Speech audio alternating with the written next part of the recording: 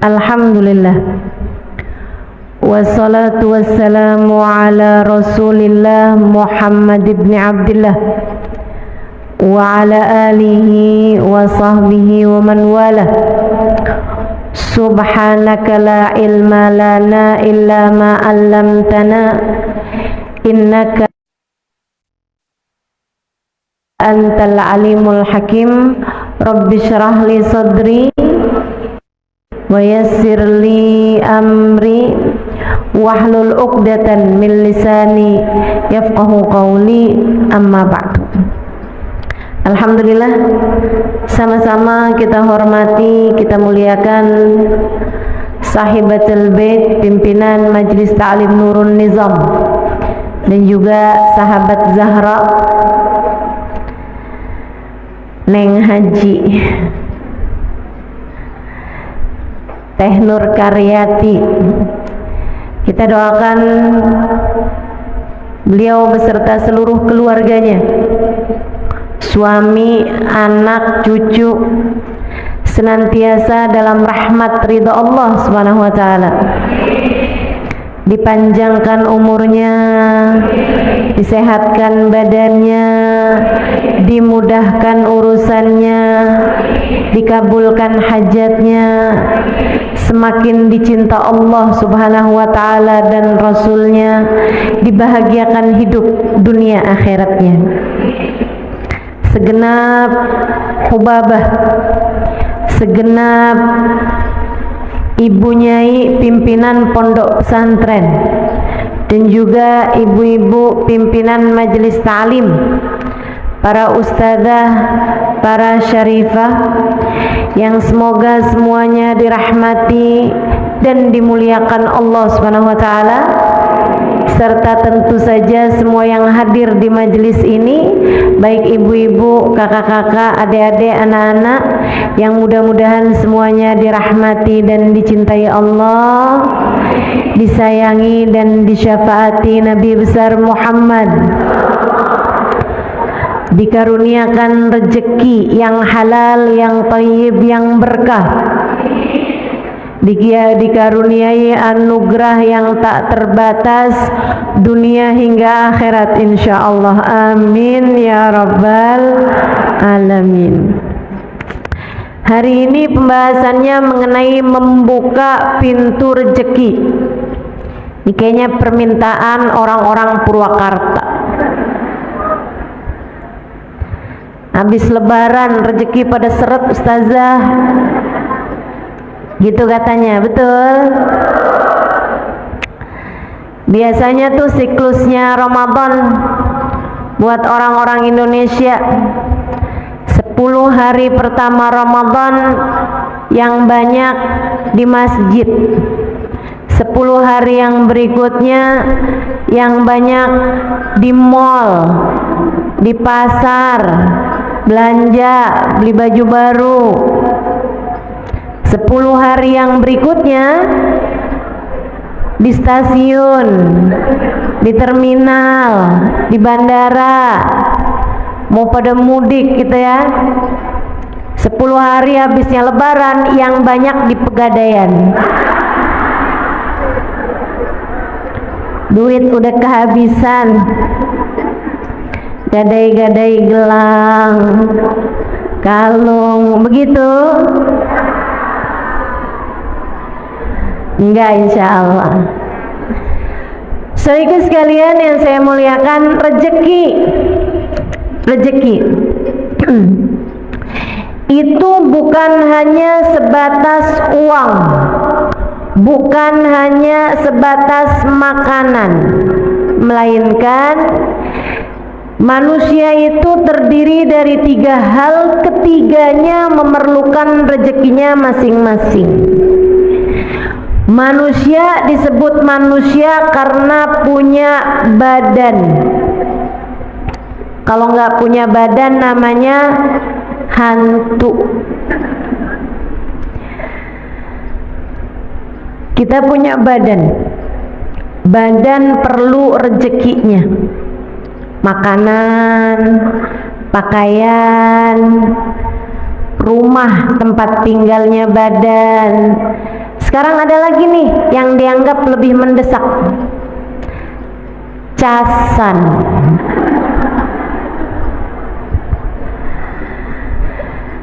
Badan perlu pakaiannya, perlu makanannya, dan itu adalah rezekinya badan kita. Tapi selain daripada badan, manusia juga punya yang namanya akal, pikiran. Ini juga perlu rezekinya. Rezekinya namanya ilmu. Perlu nih rezekinya akal kita. Saya ingat kalau saya habis bicara di Malaysia, di Singapura, selesai itu orang kalau salaman sama saya suka bilang, makasih Ustazah, Allah rezekikan saya untuk mendengarkan ilmu Ustazah. Terima kasih, Allah rizkikan saya mendengarkan ilmu Ustazah. Mereka benar-benar menganggap ilmu yang diberi itu adalah merupakan rezeki. Dan memang demikian, sebab akal perlu ilmu. Mudah-mudahan kita semuanya dikaruniai ilmu yang manfaat, ilmu yang bawa kebaikan, kebahagiaan bagi dunia hingga akhirat, ilmu yang menjadi hujjah lana wala taj'alhu hujjah alaina birahmatika ya arhamar rahimin, amin ya rabbal alamin. Manusia punya badan, manusia punya akal, keduanya perlu rezekinya masing-masing. Dan yang ketiga, manusia punya hati. Hati perlu rezekinya. Rezekinya hati banyak. Orang kalau penuh rezeki hatinya, biasanya jadi enggak terlalu perlu sama rezeki badannya. Orang kalau hatinya rezekinya banyak, itu biasanya enggak terlalu memerlukan sama rezekinya badan. Apa rezekinya hati? Yang nomor satu adalah rahmatnya Allah. Rezekinya hati, kasih sayangnya Allah. Hati yang disayangi adalah hati yang dikaruniai rezeki yang paling penuh. Itu sebabnya Allah ketika menyebut Nabi Muhammad dengan bahasa an'amallahu alaihim, orang yang dikasih nikmat, dikasih rezeki yang paling banyak. Padahal secara makanan Nabi Muhammad pernah mengganjal perutnya dengan batu karena 3 hari 3 malam gak makan apa-apa. Padahal kalau secara pakaian Nabi Muhammad memiliki pakaian yang sangat sedikit. Nabi apabila punya sendal yang baru, sendal yang lama disedekahkan. Nabi Muhammad rumahnya sangat kecil, tapi Allah bilang, kamu wahai Muhammad manusia yang dirizkikan nikmat yang paling banyak, rezeki yang paling banyak turunnya kepadamu wahai Muhammad. Kenapa bisa begitu? Padahal kita melihat keterbatasan rezeki secara badan yang Allah SWT berikan kepada baginda kita Nabi Muhammad. Sebabnya adalah karena Allah menjadikan rezeki hatinya Nabi Muhammad penuh, bahkan luber. Allah mengatakan, wa ma arsalnaka illa rahmatan lil alamin. Kami utuskan engkau wahai Nabi Muhammad meluberkan rahmat bagi semesta. rahmat yang Allah berikan kepada Nabi Muhammad penuh, luber-luber, sampai Nabi Muhammad bisa menjadi orang yang menebarkan kasih sayang Allah kepada kita umatnya. Innama ana rahmatun muhdah, kata Nabi Muhammad alaihissalam, sesungguhnya saya adalah rahmat yang Allah subhanahu wa ta'ala bagikan ke atas muka bumi ini. Itu Nabi kita Muhammad sallallahu alaihi wa ala alihi wa sahbihi wasallam, manusia yang diberi rezeki yang paling banyak. Jadi Bu, Dek, Nak, kalau kamu lagi ngomongin urusan rezeki, yang kebayang jangan cuma saldo rekening. Yang kebayang jangan cuma uang bisa kamu belikan seblak, bisa kamu belikan makanan, atau bisa kamu belikan pakaian. Yang kamu bayangkan tentang rezeki jangan cuman sekedar apa yang masuk ke dalam perutmu. Itu adalah serendah-rendahnya rezeki. Kata Sayyidina Ali bin Abi Thalib, "Man kana hammuhu batnuhu, kanat qimatuhu ma yakhruj minhu." Siapa yang urusan terpenting baginya adalah isi perutnya, maka nilainya adalah apa yang keluar dari perutnya. Siapa yang urusan paling penting dalam hidupnya adalah apa yang masuk ke perutnya, yang dipikirin cuman makanan mulu. Di sini makan apa enaknya ya? Nih duduk di majelis dari pagi, yang dipikirin bakso enak nih. Yang dipikirin nih mendung-mendung gini nih, pisang goreng, Indomie pakai rawit. Ada yang begitu? Disindir Mas Sayyidina Ali, nilai kamu adalah apa yang keluar dari perutmu. Apa yang keluar dari perut?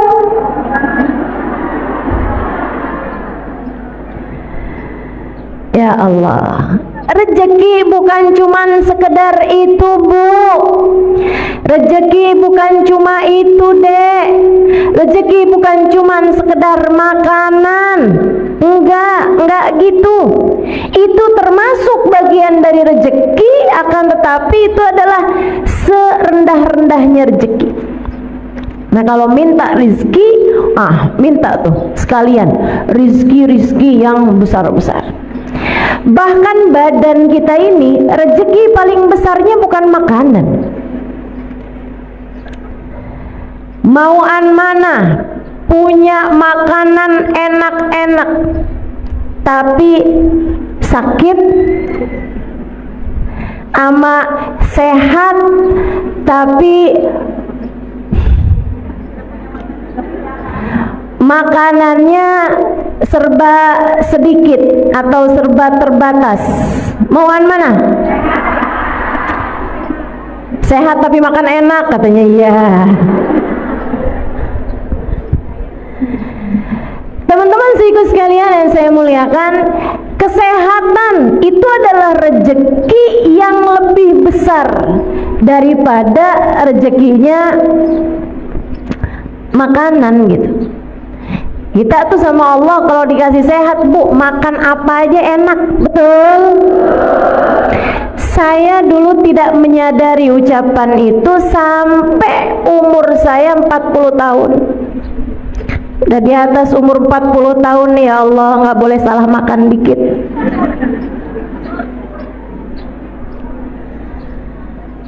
Ada ibu-ibu yang nyaut betul. Senasib kamu ya Bu ya. Ibu-ibu seiku sekalian saya muliakan, orang kalau badan sehat makan apa aja juga enak. Tapi begitu badan lagi nggak sehat, begitu badan lagi nggak enak, ya Allah, ya Allah. makanan mahal-mahal, makanan enak-enak, jadi nggak bisa dimakan.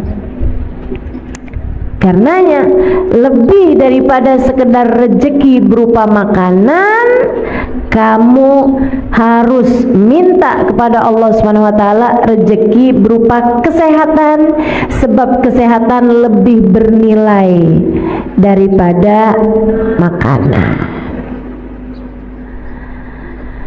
Saudaraku sekalian saya muliakan, ini rezeki nih macem-macem. Jadi bukan hanya itu. Rezeki berupa kenyamanan, rezeki berupa memiliki keluarga yang saling sayang, memiliki keluarga yang saling mendukung satu sama lain. Rezeki apa bukan rezeki? Rezeki. Nih akal kita nih perlu rezeki berupa ilmu. Tapi ilmu itu juga ibu-ibu saudaraku sekalian yang saya muliakan, adik-adik semuanya, enggak asal ilmu bisa Allah Subhanahu wa taala rezekikan kepada kita. Kita perlu guru buat menyampaikan ilmu dengan cara yang paling indah. Guru saya Habib Ali Al-Jufri pernah mengatakan, saya ketika membaca berita teroris bawa bom bunuh diri, ngebom, saya kalau baca berita ada pasukan-pasukan bawa bendera la ilaha illallah Muhammad Rasulullah, nyerang anak-anak, nyerang orang-orang tua, bawa ketakutan di hati manusia. Beliau mengatakan, saya kalau mendengar ajaran-ajaran yang haram, bid'ah, syirik, berziarah ke makam, syirik, wah, kata Habib Ali Al-Jufri, saya bersyukur tidak mendapatkan guru seperti mana yang mereka mendapatkannya. Bu, kalau kita berguru dengan orang yang sama dengan yang mereka berguru, belum tentu kita jadi orang-orang yang bisa menikmati maulid, bisa menikmati sholawat, bisa merasa haru, cinta, bahagia ketika merasakan kedekatan dengan baginda Nabi besar Muhammad sallallahu alaihi wasallam. Betapa ternyata memiliki guru yang bisa membawa kita kepada rasa cinta kepada Allah, rasa cinta kepada Rasulullah adalah rezeki yang luar biasa besarnya, yang harus terus-terusan kita minta pada Allah Subhanahu wa taala. Saya doakan guru-guru saya, Allah sehatkan badannya, bahagiakan hatinya, betahkan hidupnya di dunia ya Allah. Kita doakan Bu, Habib Umar bin Hafid, Habib Zain bin Smith, para ulama-ulama kita, banyak ibu-ibu sekalian, baik yang ada di luar negeri ataupun yang ada di dalam negeri. Kita harus doakan ulama-ulama yang ada di sekitar kita nih, yang bawa kenyamanan, kebahagiaan saat kita menuntut ilmu pada mereka, harus kita doakan. Karena apalagi kalau tingkatan ulama-ulamanya yang sudah mencapai tingkat murabbi, tingkat mursyid, mampu mendidik hati dan jiwa dari para murid-muridnya, sekelas Habib Umar bin Hafid, sekelas Hubabah Nur. Itu ibu-ibu sekalian perlu banget buat kita doakan biar betah hidupnya di dunia. Kalau nggak betah-betah Bu, mereka pengennya pergi aja. Kalau pergi siapa yang rugi? Kita. Harus kita doakan biar pada sehat, biar pada seneng, biar pada bahagia, biar pada betah kerasan hidup di dunia, biar nggak minta cepet-cepetan berangkat menuju surga Allah Subhanahu wa ta'ala. Rezeki macem-macem. Karenanya untuk rezeki ilmu ini juga ibu-ibu nih punya PR mendoakan anak-anaknya. Ibu dah alhamdulillah nih seneng hadir di majelis, merasakan kenikmatannya majelis, sampai majelis jam 7, jam setengah 8, datang dari jam berapa Bu? Jam 1 dari kemarin.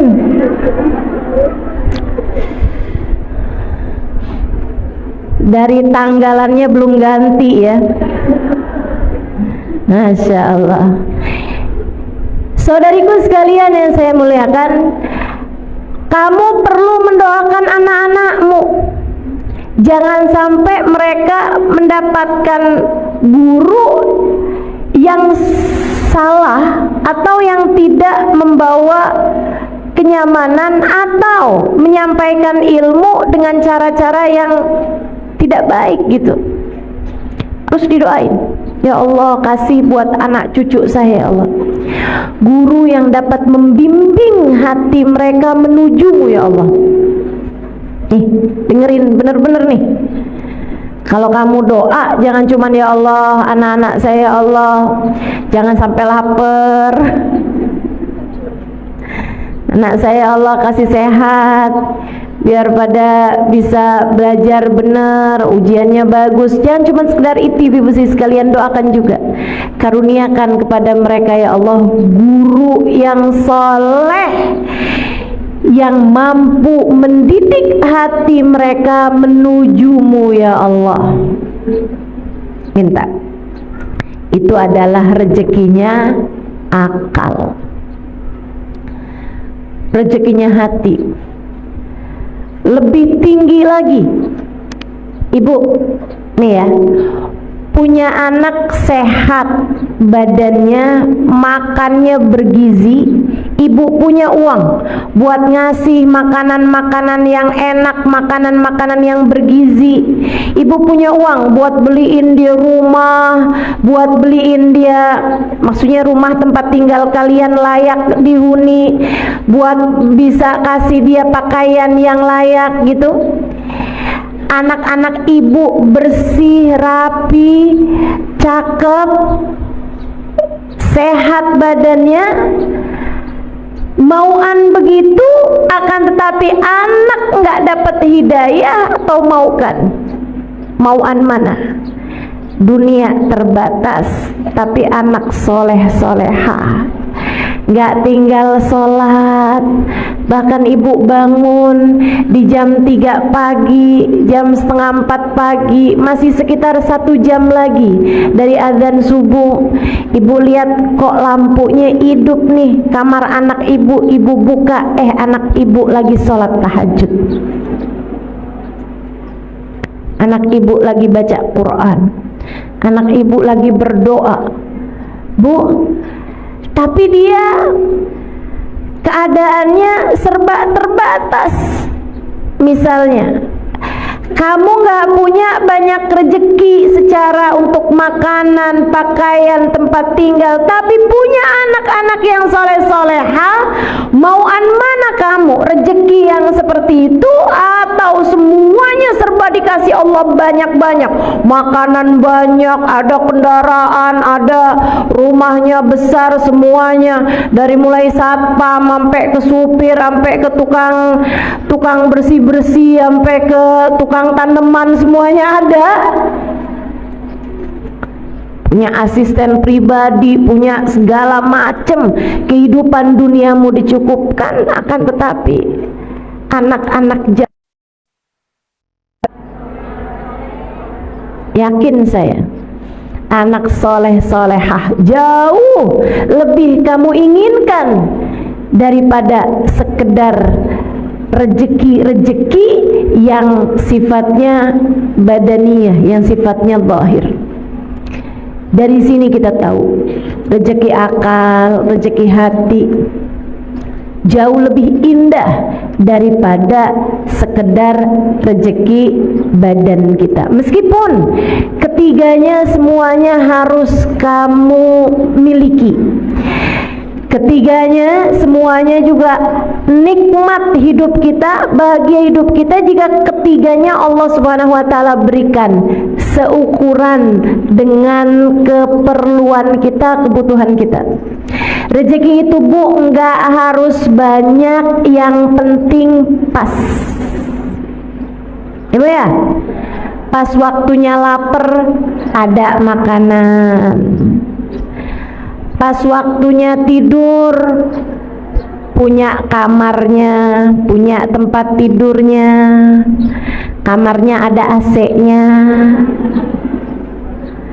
Atau kalau di Purwakarta nggak panas, ada kipas anginnya. Itu kan namanya pas.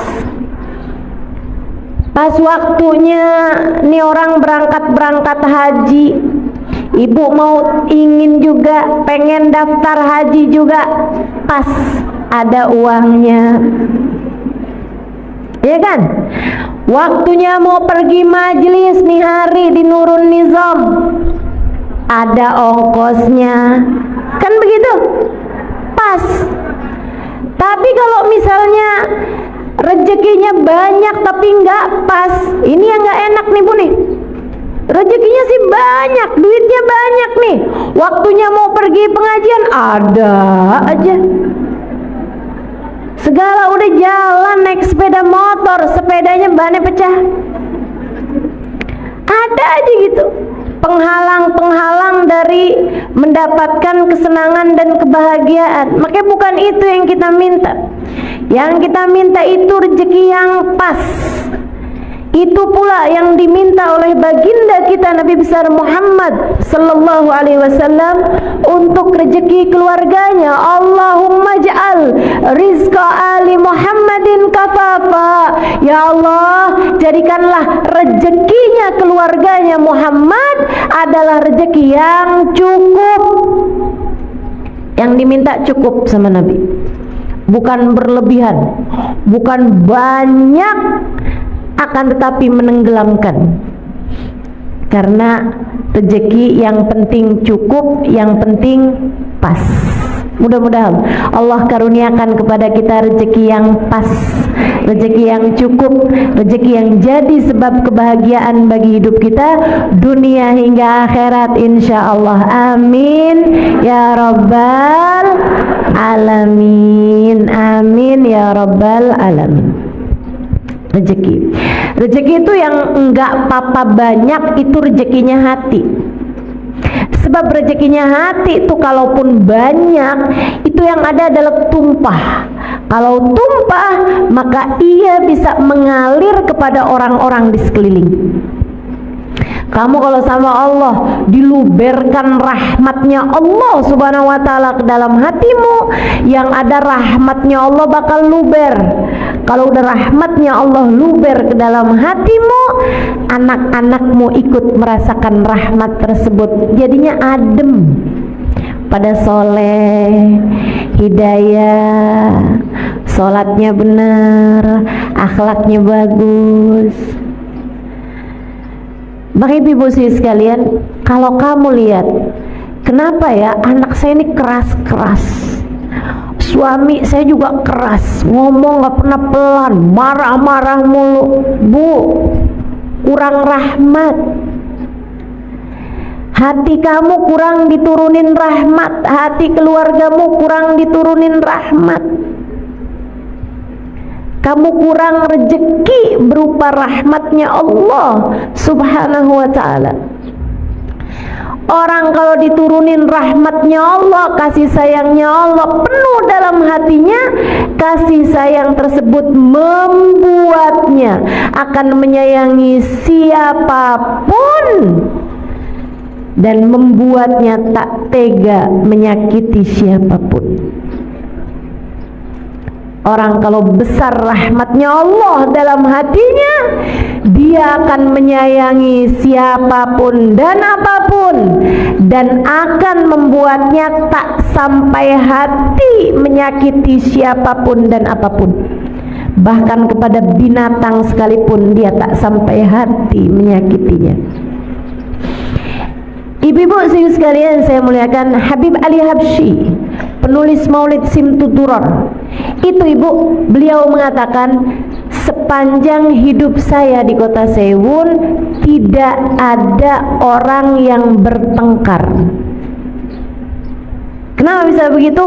Dari besarnya rahmat, dari besarnya rezeki berupa rahmat yang Allah Subhanahu wa taala turunkan ke dalam hatinya Habib Ali Al-Habsyi. Masya Allah, Masya Allah. Ibu liatin tuh, anak-anak ibu pada suka bertengkar apa enggak? Yang enggak salahin emaknya juga, Kenapa ya Ustazah, anak saya kalau ngomong kasar? Kamu bagaimana? Iya sih, ya nggak salah. Kurang rahmatnya Allah Subhanahu Wa Taala. Ayo nih, kita perlu nih semua rezeki ini. Gimana nih cara ngebuka rezeki ini nih? Termasuk nih adik-adik jomblo nih. Sampai setiap majelis kalau udah waktunya doa, ya Allah jodoh ya Allah. Anaknya Pak Lurah cakep tuh ya Allah. Baik juga kelihatannya. Jodohin saya sama dia ya Allah. Kalau nggak sama dia yang mirip sama dia ya Allah. Daripada susah-susah dia aja deh ya Allah.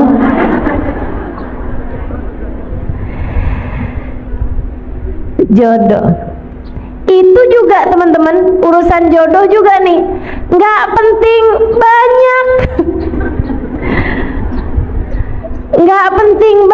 nggak penting besar, badannya XXL gitu nggak penting. Yang penting adalah pas. Dan bukan urusan cepat atau lambat, yang penting adalah tepat. Pas itu tadi, pas buat kamu gitu, pas buat orang tersebut. Suami istri itu yang penting bukan pintor, yang penting bukan kaya, yang penting bukan bisa segala macem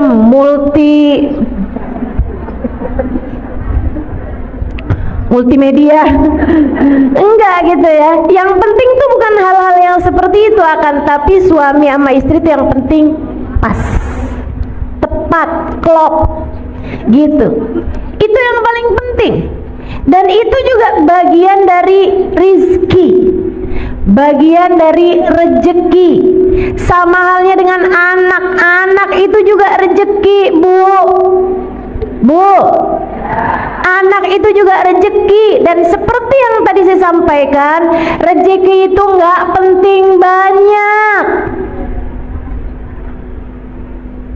Ya Allah kasih saya anak 12, nggak penting banyak anak itu, bukan. Yang penting adalah pas. Yang penting adalah yang tepat. Itu yang kita minta dari Allah Subhanahu wa taala. Anak yang pas buat kamu sebagai orang tuanya. Kamu kalau dikasih anak terlalu pinter juga belum tentu bisa jaganya. Kamu kalau dikasih anak terlalu cakep belum tentu bisa jaganya. Betul? Makanya yang penting tuh anak tuh yang pas. Waktunya sholat, dia sholat, kan pas. Gitu kan? Jangan sampai yang mama, saya kok sama papa nggak boleh pakai jilbab sih mah. Saya kan udah balik mah. Kata mamanya, nah iyalah, kamu kan Sarifudin. Itu kan namanya nggak pas, teman-teman saya sekalian. Saya beberapa waktu yang lalu baru pulang dari Australia. Di sana salah satu hal yang saya syukuri dari Indonesia, saya minta kepada Allah, ya Allah jangan sampai ini nyampe ke negeri saya nantinya ya Allah. Saya benar-benar berdoa. Di sana tuh ibu-ibu saya sekalian, di tempat-tempat umumnya, di bandara, di tempat-tempat umum manapun, ya kayak di rumah sakit misalnya, atau di ruang publik lah, tempat wisata misalnya atau apa, kamar mandinya tuh punya 3 jenis. Kamar mandi buat laki-laki, kamar mandi buat perempuan, kamar mandi buat laki-laki yang jadi perempuan atau perempuan yang jadi laki-laki. Unisex. Ada tulisannya gitu. Jadi ada tandanya, ada tanda laki-laki, ada tanda perempuan, ada tanda yang laki perempuan. Laki-laki jadi perempuan, perempuan jadi laki-laki. Betapa kita takut hal-hal yang semacam ini terjadi di negeri kita yang tercinta ini. Betapa kita sangat takut hal-hal yang semacam ini terjadi kepada anak-anak ataupun cucu-cucu kita. Perlu sekali untuk kita minta kepada Allah SWT, ya Allah tolong jaga anak cucu kami ya Allah. Tolong jaga anak cucu kami ya Allah. Jadi anak cucu nggak penting banyak, nggak penting cakep banget gitu, nggak penting pinter banget gitu, enggak. Yang penting anak yang pas, anak yang soleh, anak yang solehah, pas sebagai hambanya Allah, pas sebagai umatnya baginda Nabi besar Muhammad sallallahu alaihi wa ala alihi wasallam, insyaallah. Amin ya rabbal alamin. Mengingat kebutuhan kita terhadap rezeki banyak sekali, baik rezekinya badan kita, rezekinya akal kita, maupun rezekinya hati kita, baik untuk kita maupun untuk seluruh keluarga kita, anak-anak kita, keluarga kita nih. Karenanya akan saya sampaikan kepadamu 10 hal pembuka pintu rezeki.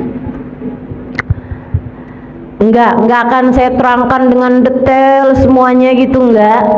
Karena kalau diterangkan dengan detail sampai asar nih kayaknya. Jadi saya akan sampaikan pelan-pelan 10 hal yang dapat menjadi pembuka pintu rezeki bagimu, baik rezeki zahir seperti yang saya sampaikan, rezeki berupa makanan, minuman, tempat tinggal, kendaraan, gitu kan ya, handphone, kenyamanan, apapun aja, rezeki zahir maupun rezeki batin. Seperti yang tadi saya sampaikan, ilmu, guru yang dapat membimbing kita, kajian-kajian yang menyenangkan. Kita mesti juga doakan negeri kita, mudah-mudahan senantiasa Allah SWT tetapkan keadaannya menjadi negara yang bebas ngaji dimanapun dan kapanpun. Alhamdulillah. Kita minta sama Allah SWT, tetapkanlah rezeki yang ini ya Allah, tetapkanlah rezeki yang ini. Karena saya banyak jalan kemana-mana ibu-ibu sekalian, bukan mudah untuk sebuah negara memperkenankan rakyatnya untuk mengadakan kajian-kajian secara umum seperti kita ini. Susah. Saya kalau mau ngisi di Singapura 6 bulan sebelumnya mesti tanda tangan banyak banget, karena dimintakan perizinan kepada negaranya. Untuk bikin satu acara itu dimintakan kertas yang sangat banyak sekali, harus ditandatangani secara langsung oleh pihak yang akan membuat acara tersebut atau mengisi acara tersebut. Bukan mudah. Itu pun juga nggak bisa pakai sarana-sarana umum seperti kita semacam ini gitu ya. Maksudnya nggak orang duduk sampai di jalan-jalanan, itu Nggak bisa tuh mereka tuh harus ngadainnya di tempat yang memang kayak gedung atau tempat-tempat pertemuan atau sekurangnya masjid gitu kan. Itu yang diperkenankan gitu. Sangat sulit sekali kalau ibu pergi ke negara-negara, bahkan kayak negara-negara Saudi Arabia, Abu Dhabi gitu ya, Uni Emirat Arab, juga bukan mudah untuk mengadakan kajian-kajian umum semacam ini. Salah satu dari yang dimudahkan membuat kajian-kajian umum besar-besar semacam ini selain Indonesia, yang saya lihat adalah Hadramaut, Yaman.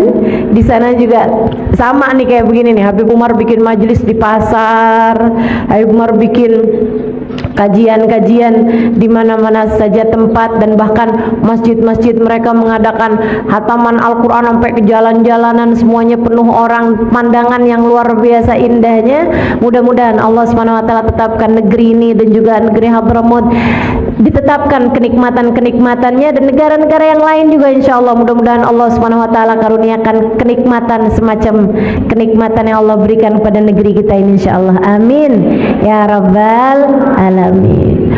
Juga rezeki hati, semua hal yang akan saya sampaikan ke 10-10-nya ini membuka pintu rezeki zahir dan batin. Yang pertama, kalau kamu pengen rezekimu terbuka, hal pertama yang harus kamu lakukan adalah taat sama perintah Allah, jauhi dosa.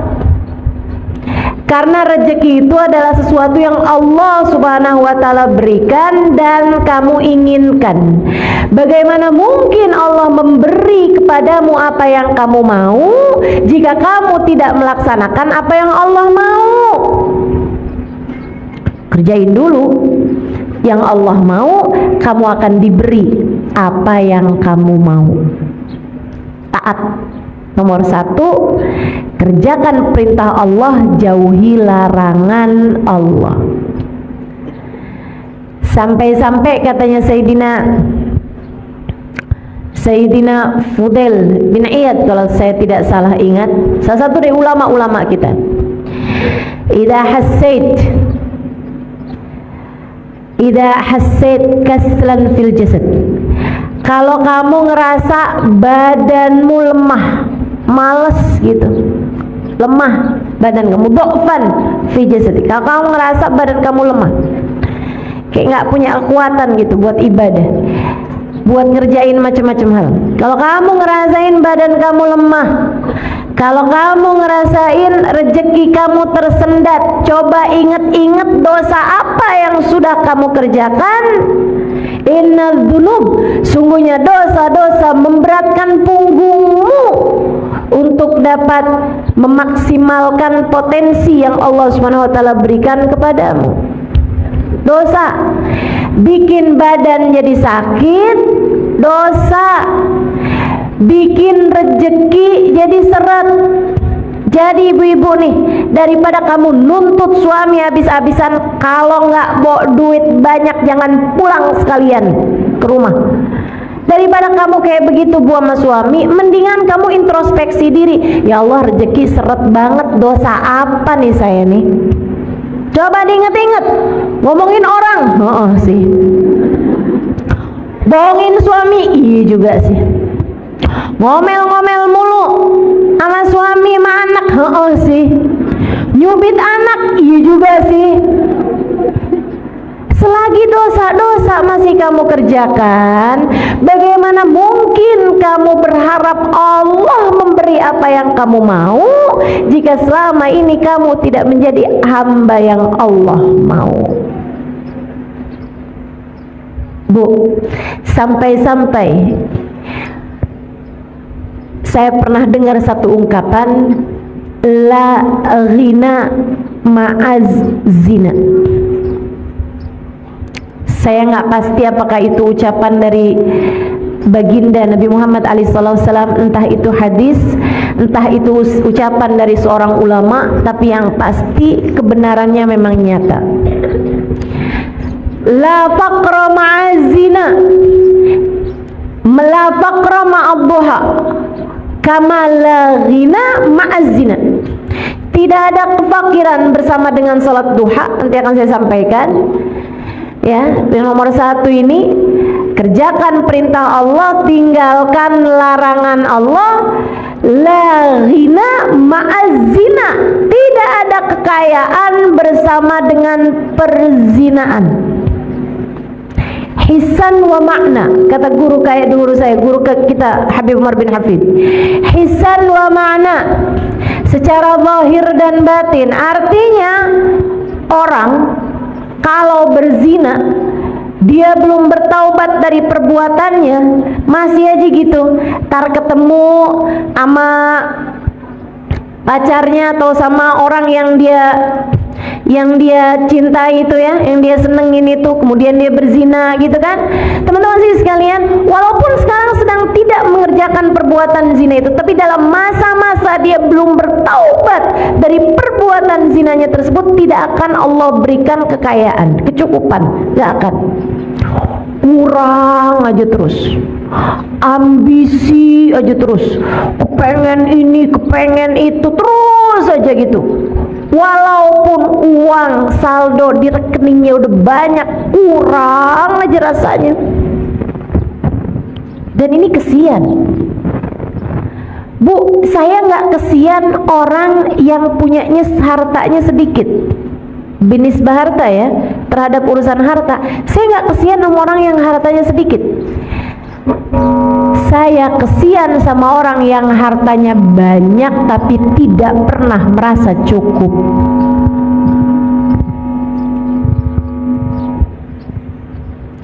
Saya kesian sama orang yang hartanya banyak tapi tidak pernah merasa cukup. Terus aja ambisi, sampai curigaan mulu. Kalau dia perempuan kan, curiga aja sama HP suaminya, curiga aja nih suaminya pergi kemana nih, hidupnya blingsatan, takut setengah mati. Kalau malam-malam susah tidur, takut ada yang bobol rumahnya, hidupnya terus aja ketakutan gitu. Begitu ada kabar kalau perusahaannya bangkrut, perusahaannya rugi, sedikit aja ngomongnya, wah kalau rugi seperti ini besok kita makan apa? Padahal duit sisanya masih banyak. Ibu-ibu sekalian, saya ngerasa berbahagia tinggal di Indonesia, di mana orang-orangnya tuh bisa loh, dia ngojek tapi kredit motor. Penghasilannya itu sehari 50.000, sehari 70.000 gitu, tapi sanggup gitu hatinya buat bayar kredit motor gitu kan, luar biasa. Jadi teman-teman sekalian, masalahnya bukan sama berapa uang yang kamu punya, berapa nilai yang kamu punya, tapi kemampuan hati untuk bisa merasa cukup dengan rezeki yang Allah Subhanahu wa taala berikan gitu. Saya nggak kesian di sini nih sama perempuan-perempuan yang misalnya gitu, suaminya cuman ngasih dia sebulannya berapa? Saya nggak ngerti tuh, nggak pernah ikutan belanja soalnya. Anggap 500.000 misalnya gitu, buat belanja harian, masa cukup nggak itu? Nggak cukup. 1 juta deh, 1 juta, gitu ya? Nggak cukup juga. Emang iya?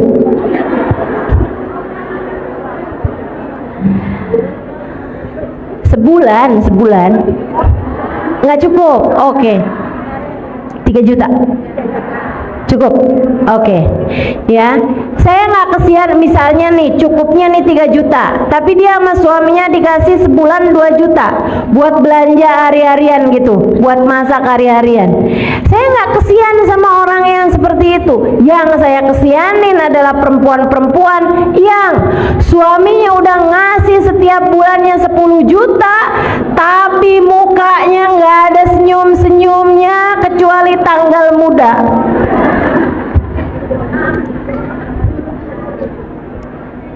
Ya ampun, kamu kok transfernya cuman segini nih?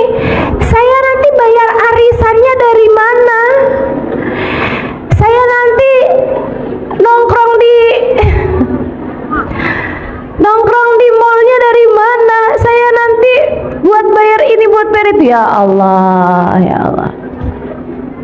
Jadi teman-teman saya sekalian, tuh dia tuh masalahnya ya.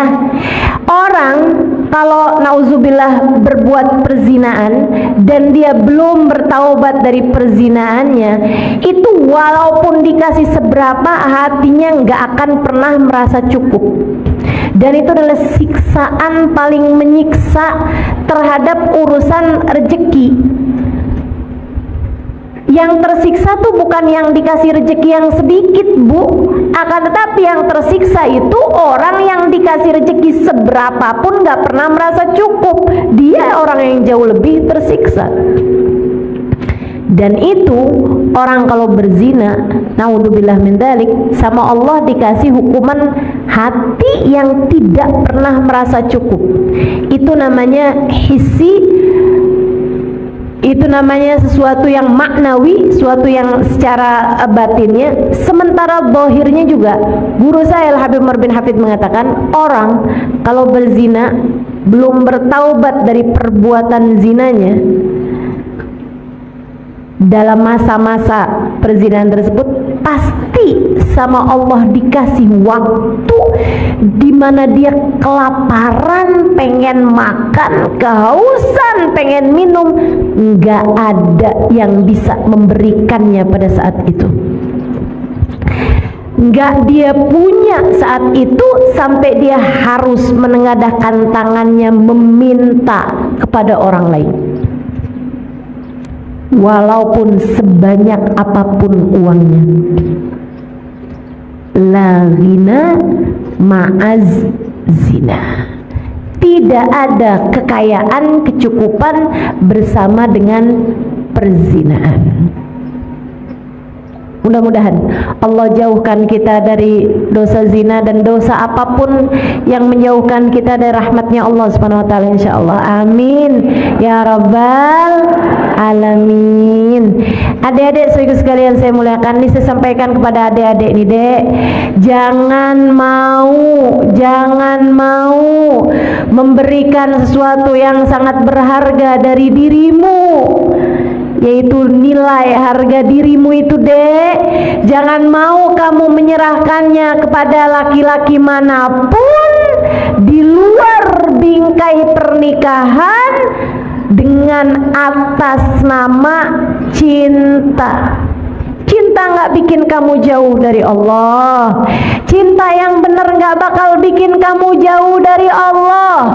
Dan laki-laki yang sungguh mencintaimu pasti akan menjagamu. Dengarkan ucapan saya.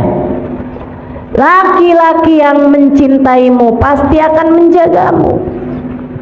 Tak akan membiarkanmu bersama dengan dirinya terjerumus di dalam lubang-lubang dosa, dalam lembah-lembah nista.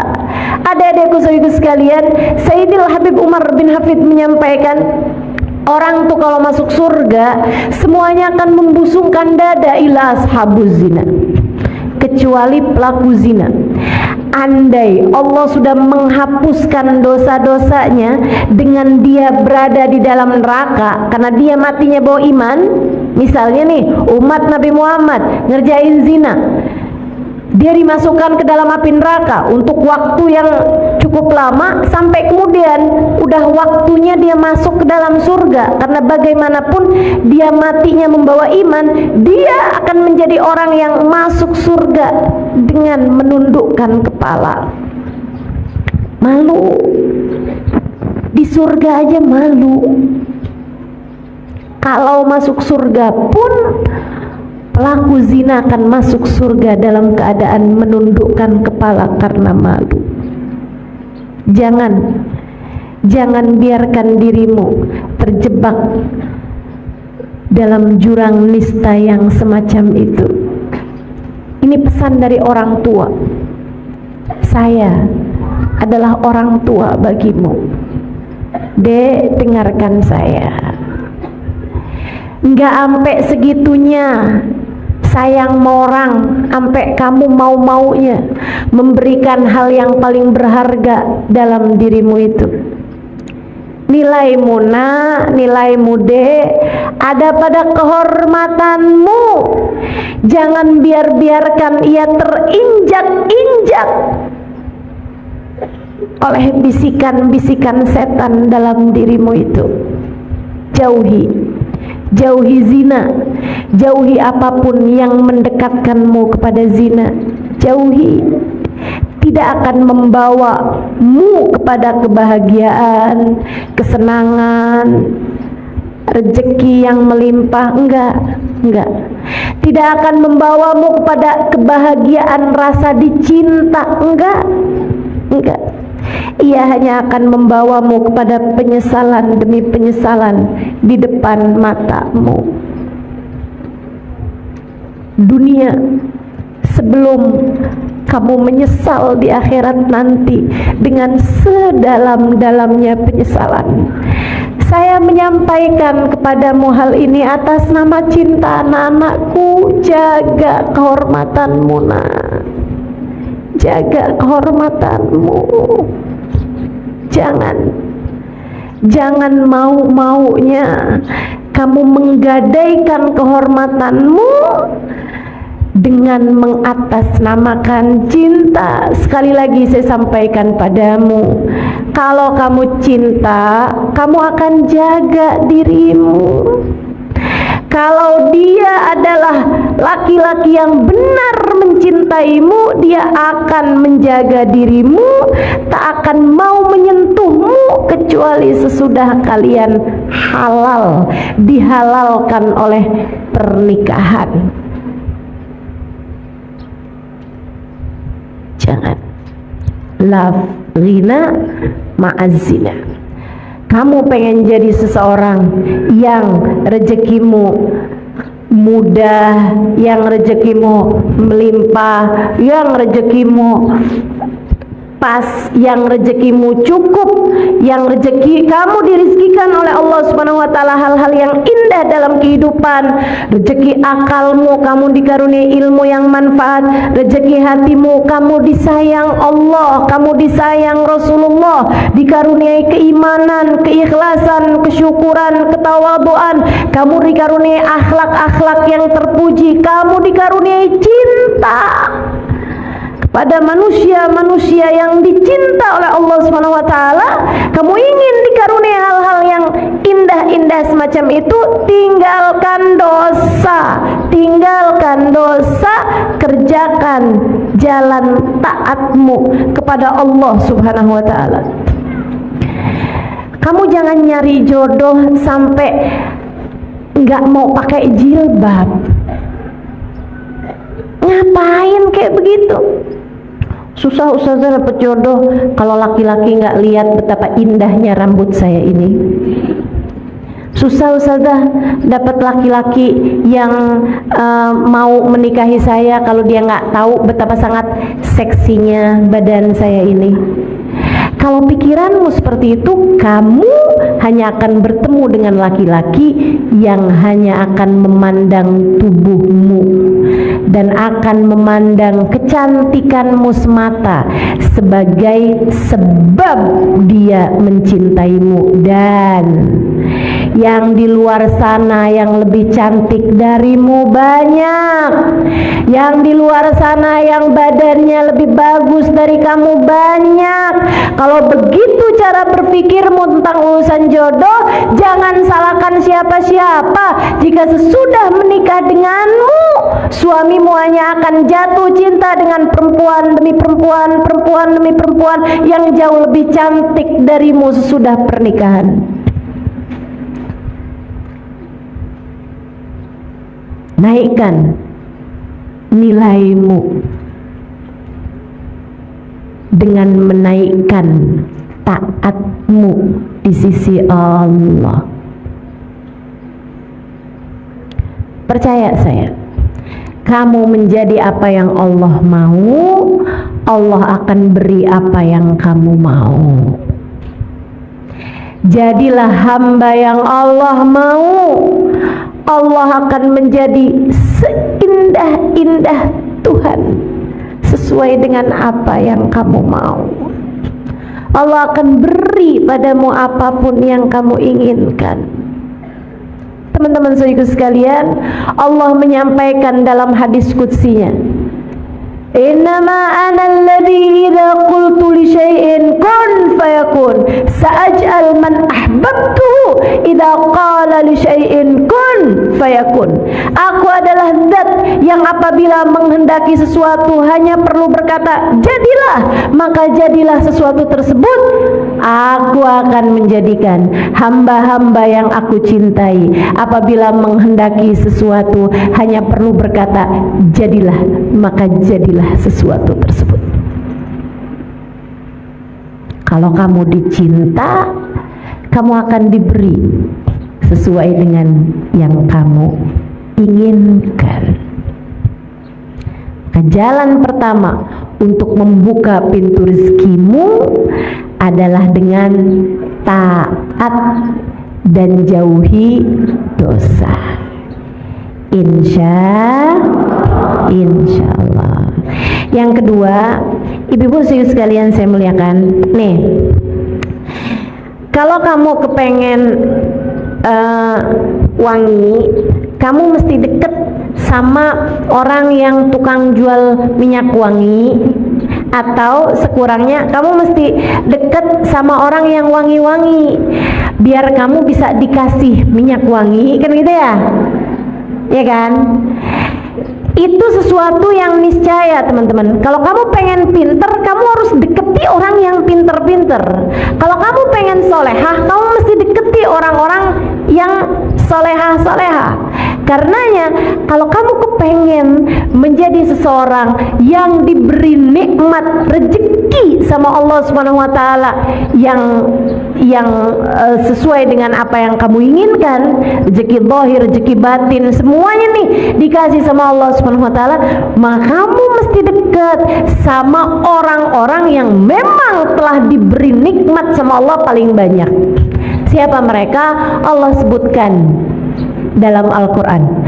A'udzubillahi minasyaitonirrajim. Man yuti'illaha war rasul faulaika ma'al ladina an'amallahu alaihim minan nabiyyina was siddiqina was syuhada was salihin wa hasuna ulaika rafiqa. Dzalikal fadlu minallah wa kafa billahi alima.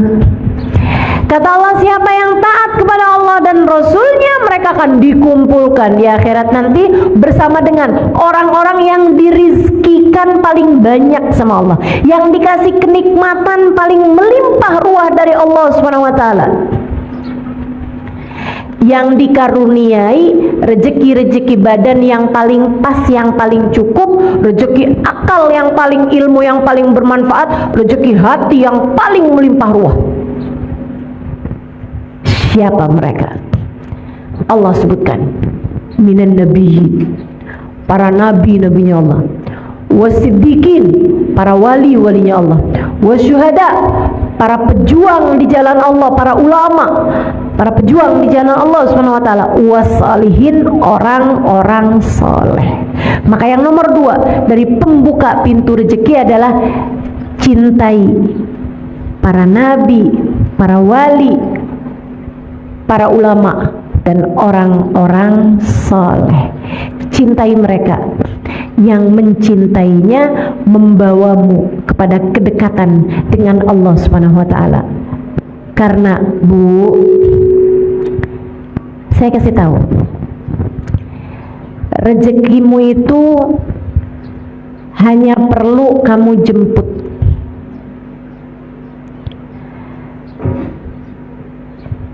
Kalaupun kamu tidak tahu rezekimu ada di mana, rezekimu tahu kamu ada di mana. Ia akan sampai kepadamu mau tak mau. Masalahnya di mana alamat rezeki? Sumber rezeki itu di mana? Sumber rezeki ada pada Allah subhanahu wa ta'ala yang telah menamakan dirinya War-Razzaq Dzul Quwwatil Matin. Dialah Allah satu-satunya sang pemberi rizki, dialah pemilik kekuatan tertinggi. Kamu pengen rezekimu seperti yang kamu inginkan, maka dekatilah orang-orang yang memang telah dekat dengan Allah subhanahu wa ta'ala. Cintai Nabi Muhammad, cintai Nabi Muhammad. Orang yang di hatinya nggak punya rasa cinta kepada Nabi Muhammad dari umat Nabi Muhammad, andai pun rezeki badannya sama Allah diberikan kecukupan sekalipun, rezeki yang di dalam sini nggak akan pernah diberi oleh Allah subhanahu wa ta'ala. Karenanya pengen anak-anakmu hidayah, soleh, baik, benar. Pengen kamu disayang sama suamimu, dicintai sama suamimu, suamimu cintanya sama yang halal-halal, kamu pun juga begitu. Kamu kepengen agar hatimu tidak diberi rasa cinta kepada yang tidak dihalalkan oleh Allah Subhanahu wa ta'ala bagimu. Cintai orang-orang yang dekat dengan Allah Subhanahu wa ta'ala. Cintai Nabi Muhammad sallallahu alaihi wasallam. Orang kalau di hatinya ada cinta kepada Nabi Muhammad, Allah nggak bakalan tega ngasih dia kesusahan dalam hidup. Bu, ama orang yang sayang sama anak kamu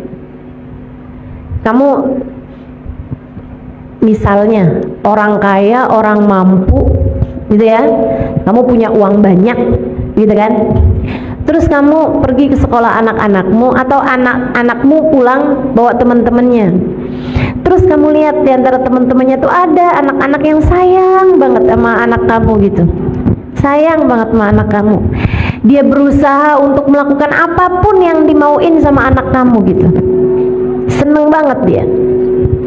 Ibu-ibu, saudariku sekalian yang saya muliakan, kalau kamu hari itu masak, kalau hari itu kamu beliin makanan buat mereka, kalau hari itu kamu nyenengin, ajak jalan-jalan, kira-kira nih di antara anak-anak temen-temennya anak-anak kamu itu, di antara temen-temennya anak kamu, siapa yang akan kamu ajak? Yang suka ngusilin anak kamu atau yang sayang sama anak kamu? Yang sayang sama anak kamu. Kenapa begitu? Ini ada anak nih usil nih, nggak seneng sama anak kita, bahkan benci sama anak kita, nggak bakalan kita ajak. Kalau yang seneng nggak bakalan kita ajak, kan begitu? Oh, kita mau nyenengin anak kita, kita ajakin temen-temennya yang sayang sama dia, yang cinta sama dia. Yang benci, sana, kamu bukan jatahnya nih. Yang ini nih menyenangkan banget sekali nih, bukan jatah kamu nih. Oh, kamu enggak, kamu suka musilin anak saya. Oh, kamu anak saya minta apaan kamu nggak kasih. Salah. Tapi yang sayang sama anak kita, yang suka ngasih sama anak kita, yang suka perhatian sama anak kita, yang cinta sama anak kita, kita ajakin, kita kasih makan yang enak, kita senengin anak-anak tersebut, anak kita. Kenapa begitu? Karena kita sayang sama anak kita, maka kita akan menyayangi siapapun yang sayang sama anak kita. Pun demikian dengan Allah Subhanahu wa ta'ala. Allah tidak pernah mencintai siapapun lebih daripada cintanya kepada Nabi Muhammad. Allah tidak pernah mencintai siapapun lebih daripada cintanya kepada Nabi Muhammad. Maka Allah akan menjaga, Allah akan melindungi, Allah akan memberi jalan terindah bagi hidup seseorang yang di hatinya terdapat cinta kepada Nabi besar Muhammad sallallahu alaihi wasallam. Maka kamu kalau ngerasa, kenapa ya suami saya kok nggak sayang sama saya, kenapa ya suami saya kok nggak ada cinta-cintanya sama saya gitu, kayak saya selalu aja dimarahin, saya selalu aja dikatain kasar misalnya gitu. Coba lihat hatimu, adakah di hatimu rasa cinta kepada Nabi Muhammad? Ustazah, kan suami saya yang gak sayang sama saya. Kenapa kok saya harus lihat di hati saya punya cinta apa enggak sama Nabi Muhammad? Karena Bu, hati suamimu berada dalam genggaman Allah yang tak pernah mencintai makhluk siapapun lebih daripada cintanya kepada Nabi Muhammad. Ketika Allah lihat di hatimu punya rasa cinta kepada Nabi Muhammad, Allah akan mencintaimu dan Allah akan menjadikan hati orang-orang yang berpengaruh padamu mencintaimu juga. Allah akan bikin gak hanya suamimu, akan tetapi mertuamu, iparmu, orang tuamu, saudara-saudaramu, anak-anakmu mencintaimu karena cinta di hatimu kepada kekasihnya Muhammad sallallahu alaihi wasallam. Saya kok nggak cinta ya Ustazah sama Nabi Muhammad. Saya nggak pernah ngerasa cinta, kan saya nggak pernah ketemu Ustazah. Ayo belajar lagi. Belajar terus, belajar terus. Dengerin kajian-kajian dari orang-orang yang sudah punya rasa cinta kepada Nabi Muhammad. Dengerin kisah-kisah indah tentang Nabi Muhammad. Terus pelajarin. Belajar cinta, hatimu tuh diajarin biar mencintai yang semestinya dicinta. Nanti kalau udah ngerasain cintanya, nah kamu akan perhatikan anak-anak kamu mulai berubah.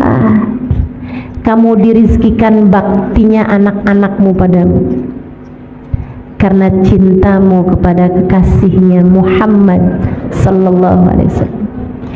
Mencintai Nabi, mencintai para sahabat Nabi, mencintai para ulama-ulama, mencintai guru-guru, mencintai orang-orang soleh, mencintai orang-orang soleh, itu bawa kepada rizki yang bahkan bukan cuman rizki zahir, akan tapi rizki batin. Makanya teman-teman sekalian, ada hadis bunyinya begini nih, dengerin saya, ini penting karena banyak terjadi nih. Katanya Nabi Muhammad alaihissalam, sayati zaman ala ummati yafirruna minal ulama faablahumullah talat baliyat. Akan datang waktunya umatku mereka benci sama ulama, lari-lari menjauh dari ulama tersebut, nggak kepengen kenal, nggak kepengen deket, bahkan benci hatinya sama orang-orang yang membawa kedekatan kepada Allah Subhanahu wa taala, para pejuang di jalan Allah. Mereka punya hasut, punya rasa benci aja gitu. Allah, cuman pegang mic, itu tuh maksudnya tuh pengen dapat amplop tuh. Ulama semuanya dikatain aja gitu. Yang ini kurang begini, yang ini kurang begitu. Ada ulama miskin dibilang, emang mau kita belajar dari orang kayak begini? Di hidup aja dia udah miskin kayak begitu tuh. Masa mau deketin kita kepada Allah Subhanahu wa taala? Ada ulama kaya tuh, duitnya dari apaan tuh? Dia jual agamanya, katanya gitu. Kamu maunya bisa cintanya sama ulama yang kayak gimana? Saudaraku sekalian yang saya muliakan, maka masalahnya ini bukan pada ulama yang kaya atau ulama yang miskin. Masalahnya ada mah hatimu tuh punya penyakit-penyakit, sehingga kalau ada pejabat kaya kamu puji-puji tuh, enak tuh jadi pejabat tuh kaya, hidupnya mulia. Begitu ada pejabat miskin tuh, dia tuh nggak korupsi tuh.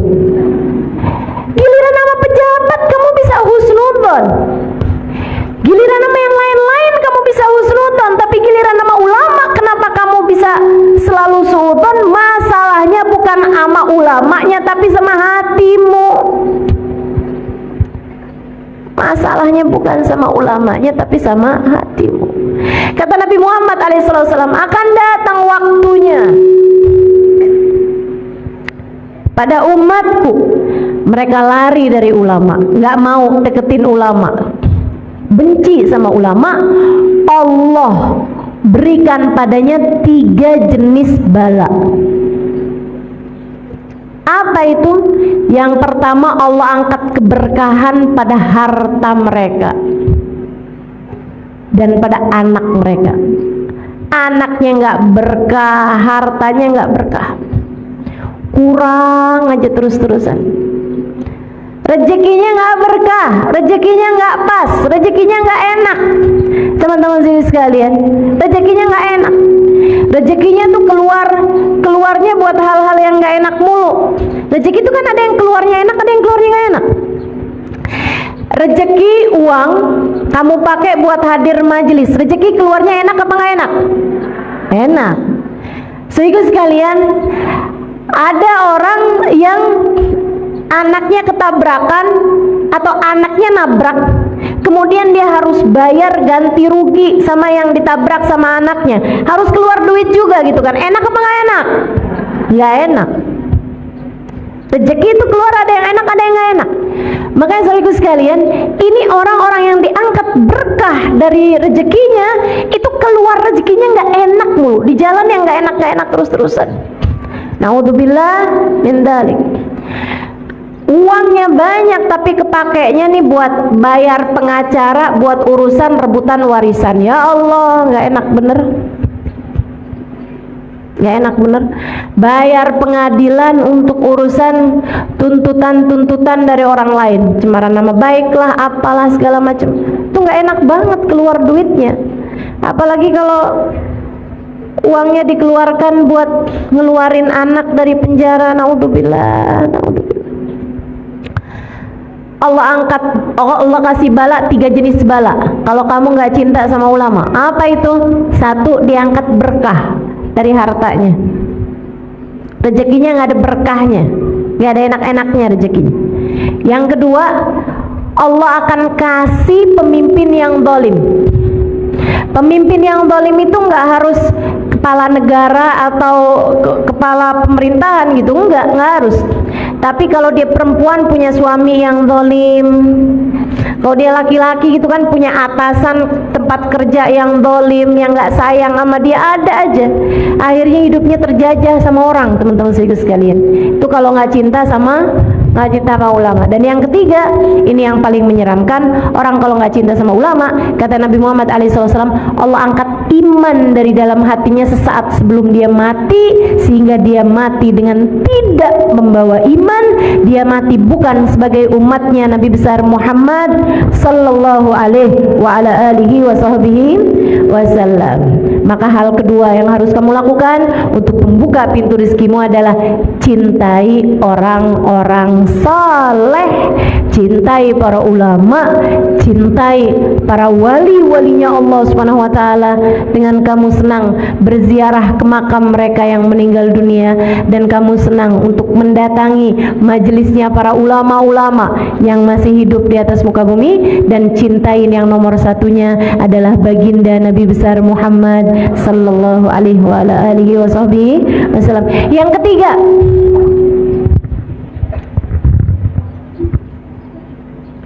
Yang ketiga, kalau kamu kepengen pintu-pintu rezekimu terbuka, yang nomor 3-nya adalah bakti sama orang tua ataupun sama suami bagi yang sudah bersuami. Bakti sama orang tua. Kamu nggak bisa ngarep kamu dikasih rezeki yang mudah, rezeki yang menyenangkan, selagi kamu menjadi anak yang durhaka sama orang tua. Yang baik sama orang tua, yang bakti sama orang tua. Belajar buat bisa menyenangkan, membahagiakan hati orang tuamu. Kalau sama orang tua itu jangan sok jadi ustazah. Kalau sama orang tua itu jangan sok jadi pemerintah. Kalau sama orang tua itu datanglah kepada orang tua sebagai seorang anak. Anak itu setua apapun tetap aja anak bagi orang tuanya. Setua apapun kamu gak akan pernah lebih tua dari orang tuamu. ya kan? Kecil aja kita, mau setua apapun juga. Saya ingat dulu mau umi saya suka nanya gitu, Umi ini mesti gimana ya Im? Katanya sama saya, coba nasehatin Umi mesti gimana? Ini kan Umi lagi memposisikan saya sebagai ustazah. Mana ada Umi nanya gitu sama anaknya? Tapi saya nggak pernah datang pada Umi saya, nggak pernah saya jawab Umi saya dengan jawaban ustazah. Saya kalau ditanya sama Umi saya, Umi mesti gimana ya Im? Saya sampaikan pada Umi saya, Umi mesti sehat. Umi mesti sehat. Umi mesti sehat. Biar Umi bisa enak ibadah, biar Umi bisa enak doain kami anak-anak Umi.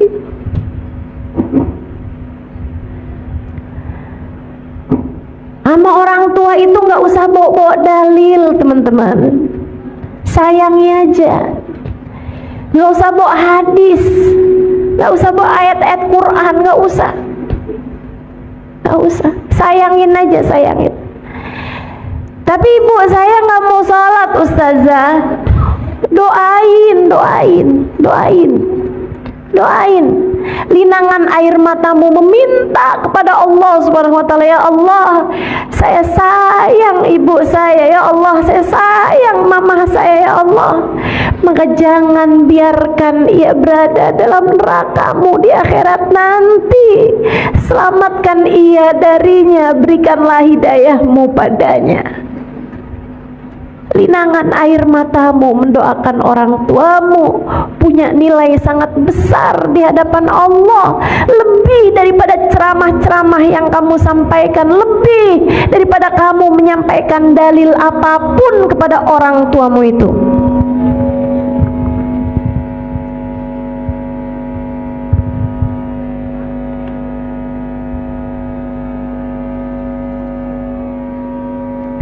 Bakti sama orang tua membuka pintu rezeki.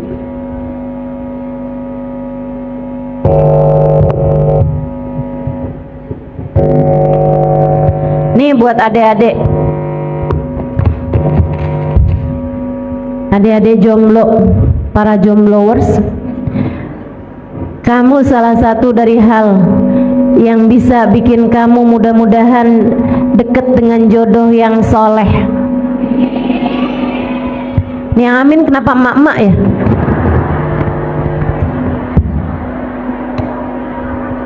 Doain anaknya, iya. Coba lihat bagaimana caramu memperlakukan orang tuamu. Dek, nak, kamu pengen ada seorang laki-laki yang menyayangimu, belajarlah buat sayang sama orang tua yang telah menyebabkan kehadiranmu di atas muka bumi ini. Saya tahu orang tuamu gak sempurna, banyak kekurangannya, tapi tanpa mereka kamu gak akan ada di atas muka bumi ini. Maka jangan pernah remehkan orang tuamu itu. Bakti sama orang tua, atau yang punya suami nih ya, perhatikan betul bagaimana caramu memperlakukan suamimu. Itu akan sangat berpengaruh kepada urusan rezekimu. Para istri-istri tukang ngomel, rezekinya bakalan seret. Percaya, saya liatin. Makanya saya sih selalu percaya sama istilah rezeki istri solehah. Emang bener, istri tuh kalau solehah rezekinya bakalan melimpah ruah. Istri kalau solehah bakalan dikasih sama Allah rezeki yang mudah. Istri kalau solehah, Allah Subhanahu wa taala bakalan kasih rezeki yang berkah. Maka jadilah istri yang solehah dan jadilah anak yang berbakti kepada orang tuamu. Kamu telah membuka pintu rezeki bagimu, gitu ya. Yang nomor 3. Yang nomor 4, kamu kalau kepengen rezekimu itu juga luas, gampang, mudah, berkah, membuka pintu-pintu rezeki, silaturahmimu dijaga. Silaturahmi itu sama siapa? Sama kaum kerabatmu, teman-teman. Sama kaum kerabatmu tuh, sama kakak, sama adik, sama ponakan, sama bibi, yang baik, yang baik. Sama saudara-saudaramu tuh yang baik. Kamu kalau jadi orang yang penuh perhatian sama saudara-saudaramu, ini nih mikrofon nih bagian dari rezeki.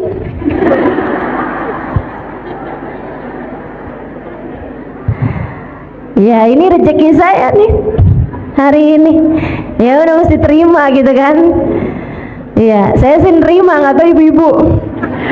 Dari tadi yang kenapa sih nih? Nah, apa-apa Bu ya. Orang udah mengusahakan yang terbaik, insyaallah. Bagaimanapun semuanya ada di tangan Allah Subhanahu wa taala. Allah lah sang pemberi rezeki. Tuh kan, kalau kita terima rezekinya jadi bagus. Gitu ya. Silaturahmi dijaga, silaturahmi sama kakak sama adik itu yang baik. Kamu kalau ingat saudara kamu, ingatnya gini nih, teman bisa datang dan pergi, tapi saudara kalau hilang, di mana kamu bisa cari? Saudara kamu kan cuman itu aja Bu, kamu nggak bisa pilih-pilih saudara. Itu siapa sih ngeliatin kamu mulu? Oh itu dulu kakak saya, sekarang udah jadi mantan. Emang bisa begitu? Nggak bisa. Kamu kepengen rezekimu jadi mudah, silaturahmimu tuh harus tersambung sama saudara-saudara yang baik-baik, yang baik sama saudara. Jangan tinggalin saudaramu. Kamu kalau lagi dapat kelebihan rezeki, bagi, dahulukan saudara-saudaramu. Cari tahu keadaan saudara-saudaramu, siapa yang sedang membutuhkan, bantuin. Jangan takut, jangan takut. Ustazah, saya punya saudara jahat semuanya. Warisan saya ustazah dia kuasain. Misalnya, Bu, kalau saya sih ya Bu ya, urusan harta tuh Bu tuh, yang hilang bisa dicari, ya kan? Urusan harta tuh Bu bisa datang dan pergi, tapi saudara tuh kalau kita kehilangan, kita nggak bisa dapetinnya lagi. Jadi kehilangan harta nggak apa-apa, jangan bikin kamu kehilangan saudara. Orang nggak akuran sama saudara gara-gara urusan warisan, jangan. Kalau ada saudara kamu mau ngerebut warisan, biarin. Yang penting kamu jangan pernah melakukan hal itu terhadap saudara-saudarimu itu. Kalau ada di antara saudara-saudarimu, kamu tahu ngambil sesuatu dari hartamu, ini pesan dari orang yang sangat saya sayangi. Kalau kamu tahu saudaramu ada yang ngambil sesuatu dari hartamu tanpa seizin darimu, mencuri misalnya, ngambil harta kamu misalnya, buruan halalin. Buruan hati kamu tuh bilang, ya Allah saya sudah menghalalkannya ya Allah, saya sudah menghalalkannya ya Allah, jadikanlah itu sebagai sedekah saya buat dia ya Allah, jadikanlah itu sebagai hadiah saya buat dia ya Allah, saya sudah menghalalkannya. Buruan halalin. Kenapa gitu? Biar dia jadi harta yang bagus buat saudaramu itu. Nanti kalau hartanya bagus, bakalan perbuatannya, keadaannya juga bakalan jadi bagus.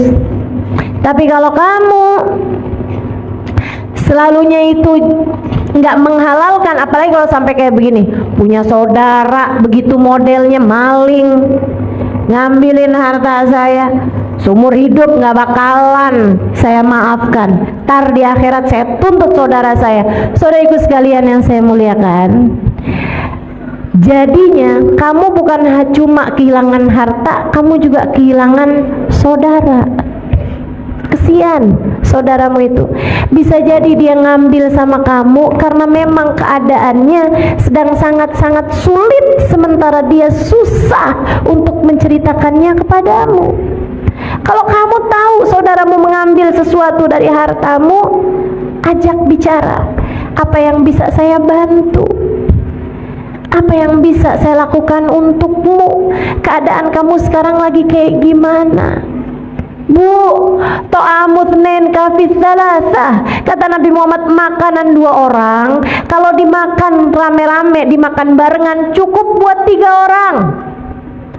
Makanan buat 2 orang kalau dimakan barengan, makannya rame-rame barengan, itu bisa cukup buat 3 orang. Rezeki juga gitu. Rezeki kelihatannya dikit, kalau kamu bagi ada orang lain ikut menikmatinya, bakalan cukup buat banyak orang. Buat banyak orang. Alangkah indahnya kalau rezeki kamu tuh saudara-saudaramu ikut-ikutan menikmatinya. Ustazah itu kan kalau duitnya banyak. Nah saya duit ustazah buat sendiri aja nggak cukup. Oh kamu nggak tahu, Allah tuh Bu ngasih rezeki itu nggak gitu modelnya. Ini saya dapat dari guru saya Hubabah Maryam. Halimah, kamu jangan pernah takut ngasih buat orang lain. Allah Halimah, kalau lihat kamu jadi sebab Allah ngasih rezeki kepada hamba-hambanya, Allah akan mengalirkan rezekinya orang-orang lewat tangan kamu. Kamu kalau Allah lihat suka bagi-bagi, Allah bakalan ngasih rezekinya orang-orang lewat diri kamu, sehingga kamu yang bakalan dikasih sama Allah Subhanahu wa taala rezeki yang paling melimpah. Jadi jangan takut untuk memberi dan bersilaturahmi kepada saudara-saudaramu terutamanya, sebab itu adalah pintu pembuka rezeki. Berikutnya sedekah. Ya, yang kelimanya adalah sedekah. Itu tadi sedekah tuh. Sampai-sampai katanya Nabi Muhammad SAW, innal bala la yatakhatta riqabas sadaqah. Sungguhnya bala enggak akan bisa melewati pundaknya sedekah. Jadi kalau udah ketahanan sama sedekah, kita tuh ngerjain sedekah, itu bala mau turun keangkat semua, nggak jadi tuh, mendal semua, mental semua, balanya, musibahnya mental kalau kehalangan sama sedekah. Teman-teman sekalian, sedekah itu memang benar-benar bisa memberikan rezeki dari Allah Subhanahu wa taala. Itu akan lebih mudah kamu mendapatkan rezekinya, segala macam rezeki, termasuk kesolehan anak-anakmu seperti yang sudah saya sampaikan. Itu kalau kamu sedekah tuh bisa lebih mudah berharap kesolehan anak-anakmu, gitu ya. Ini anak lagi mau ujian nih, misalnya lagi mau proses penerimaan di sekolah yang kamu harapkan bisa bagus anak kamu sekolah di sana gitu. Udah kamu istikharahkan sekolahnya bagus gitu kan, tapi kok kayaknya susah nih mau masuknya nih, mau tembusnya nih. Nah, sedekah. Bahkan Nabi Muhammad SAW mengatakan, dawu mardakum bis sadaqat, sembuhkanlah sakit orang-orang di antara kalian dengan sedekah. Ibu-ibu sekalian, mohon maaf, hati suamimu misalnya sedang berpaling kepada perempuan yang lain yang nggak halal baginya, kamu mesti ngapain? Ini dia nih, kamu mesti membuka pintu rezeki taat, rezeki hidayah, rezeki hati yang bahagia, rezeki takwa ke dalam hati suamimu dan ke dalam hatimu sendiri juga, dengan salah satunya adalah bersedekah. Sedekah, jangan takut sedekah. Dan gak usah nyari yang jauh-jauh Bu, kalau sedekah itu yang ada di sekelilingmu, tetangga-tetanggamu, orang-orang yang datang ke rumahmu, saudara-saudarimu mungkin, al-aqrab yang terdekat yang harus didahulukan. Orang yang kerja di rumahmu mungkin itu dulu yang harus kamu dahulukan gitu.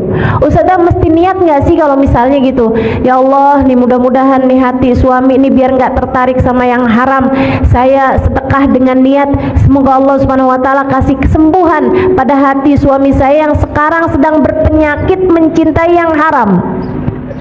Mencintai yang haram itu penyakit apa bukan penyakit? Penyakit, saudaraku sekalian saya muliakan. Suka sama barang-barang haram penyakit apa nggak penyakit? Penyakit. sakit. Makanya buat balikin nih, buat sembuhin, salah satunya kata Nabi Muhammad, dawu mardokum bisadaqat, sembuhkanlah orang-orang yang sakit di antara kalian dengan sedekah-sedekahmu itu. Sedekah, bismillah. Perlu niat apa enggak Ustazah? Enggak, pokoknya kamu sedekah, insya Allah Allah Subhanahu wa ta'ala akan membetulkan apa-apa yang salah-salah yang ada di antara kehidupanmu itu. Insya Allah semuanya bakalan jadi lebih bagus semuanya dengan kamu memperbanyak sedekah. Insya Allah. Jangan nunggu kaya buat sedekah. Ya, jangan nunggu kaya buat sedekah.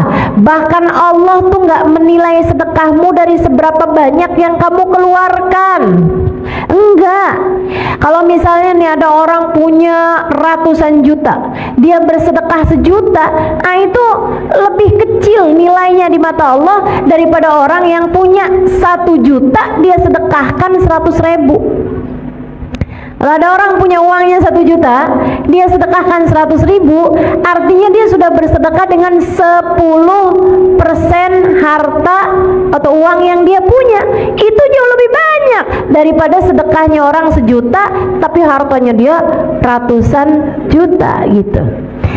Mudah-mudahan ya Allah Subhanahu wa ta'ala karuniakan kepada kita hati yang dermawan, insya Allah, amin ya rabbal alamin. Kemudian yang keenam, kalau kamu pengen dibukakan pintu-pintu rezeki, jangan tinggalkan sholat duha. Seperti yang tadi saya sampaikan, la faqra ma'ad duha, tidak ada kefakiran bersama dengan sholat duha.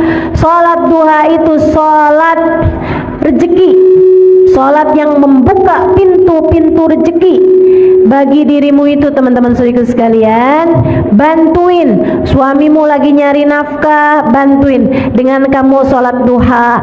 Anak-anakmu lagi menuntut ilmu biar gampang dapetin rezeki ilmu mereka, bantuin dengan kamu sholat duha. Dirimu sendiri juga pergi ngaji, melaksanakan ibadah-ibadah pada Allah Subhanahu wa ta'ala. Kamu kepengen dirizkikan akhlak yang baik, pengen dirizkikan ilmu yang manfaat, pengen dirizkikan badan yang sehat, bantuin dengan kamu tidak meninggalkan sholat duha. Insya Allah. Berapa rakaat Ustazah? Bebas, boleh 2, boleh 4, boleh 6, boleh juga 8. Saran saya, walaupun sedikit jangan ditinggal. Jangan sekalinya duha banyak tapi besok-besokannya libur. Kamu sholat apaan sih? Banyak banget. Iya, saya sholat duha. Berapa banyak? 8. Banyak kamu buat 4 hari. Di 3 harinya libur. Nggak gitu, ibadah tuh nggak gitu ya. Kerjakan walaupun 2 rakaat tapi setiap hari. Itu jauh lebih berpengaruh bagimu daripada sekali ngerjain banyak akan tapi kemudian kamu tinggalkan. Insya Allah. Tentu yang fardu-fardu jangan ditinggal. Jangan sholat subuh kagak, duha iya. Yang nomor 7, kalau kamu ingin pintu rezekimu terbuka, jangan tinggalkan surat Al-Waqiah. Ini buat siapapun nih yang bilang, ya ampun susah banget nih, ada utang, ya Allah rezeki kok seret banget. Baca Al-Waqiah.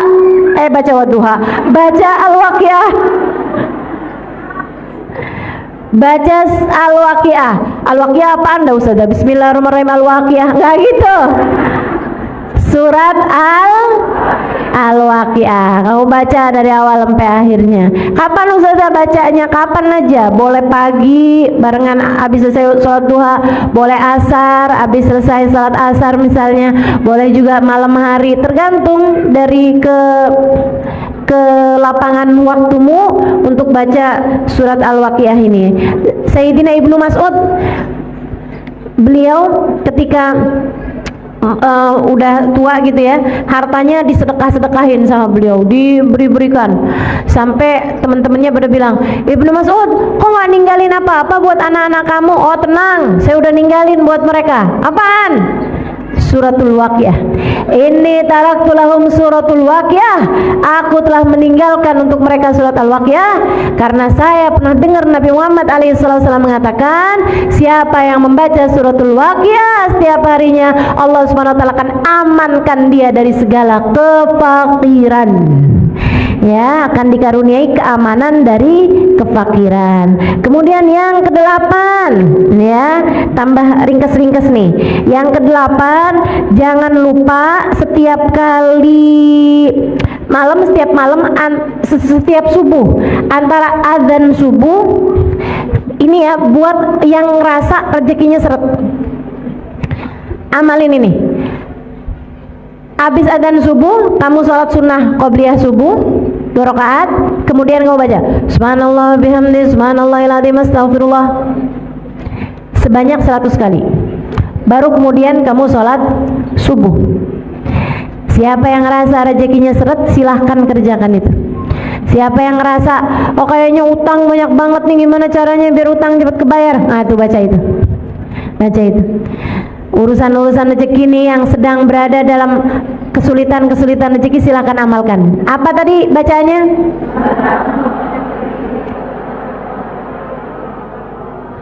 Subhanallah wa bihamdihi subhanallahil azim astaghfirullah. Subhanallah wa bihamdihi subhanallahil azim astaghfirullah. Berapa kali? 100 kali.